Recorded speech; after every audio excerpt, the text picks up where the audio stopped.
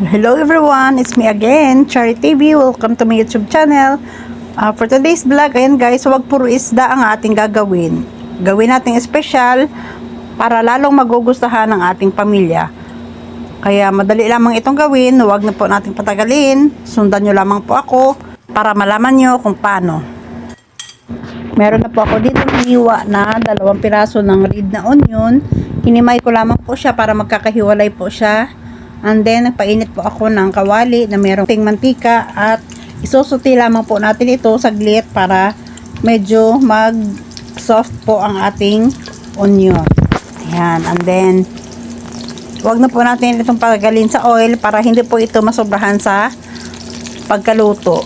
Kaya, ayan kung makikita po natin, dahan-dahan ko na po siyang inilagay lahat para mabilisan naman po itong maluto. And then, after nyan, hinahak ko na po siya sa mantika at nilagay po natin muna sa isang separate na bowl para mai-reserve po natin yan para mamaya. Ayan, yung ginawa ko naman sa ating isda, hiniwaan ko lamang po siya sa gitna.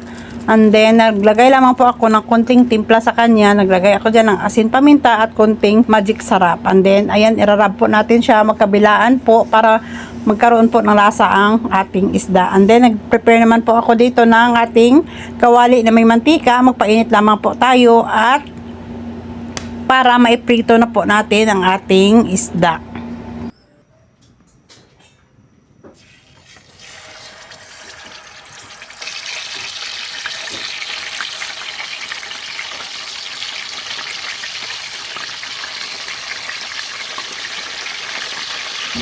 Dito natin ito ng ilang minuto. Antayin po natin mag-golden brown na po ang kabila.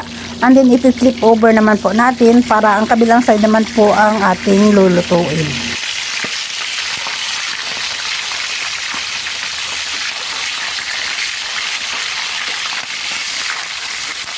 Antayin din po natin itong maging golden brown at ayan, hahanguin na po natin yan sa mantika.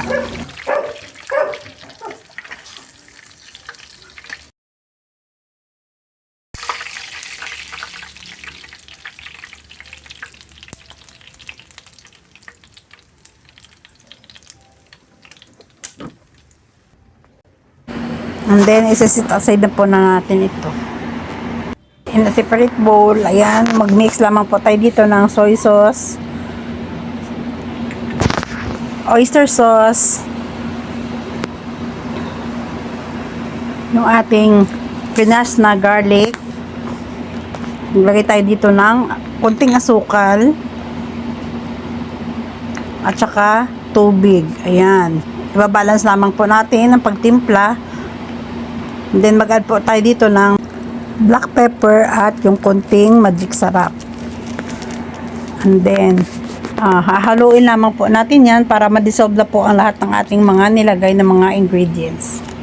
And then set aside na din po natin ito.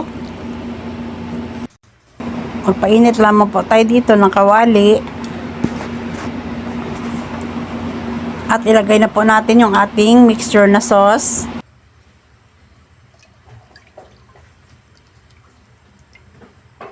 Ayan, halo-haloin muna natin ito para mag-well combine din po ang lahat. Ayan. Then, ilalagay na po natin yung ating frinay na isda.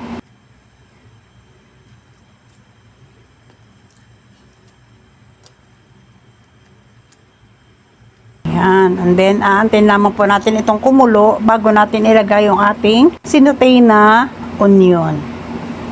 Ayan, diba? Kung makikita po natin, tsura pa lang, nakakasarap na po siyang kainin.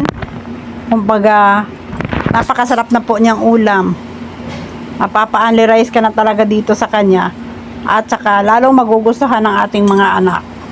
Dahil hindi na po siya puro prito na isda, kundi in-upgrade na po natin ito sa ating bagong dish.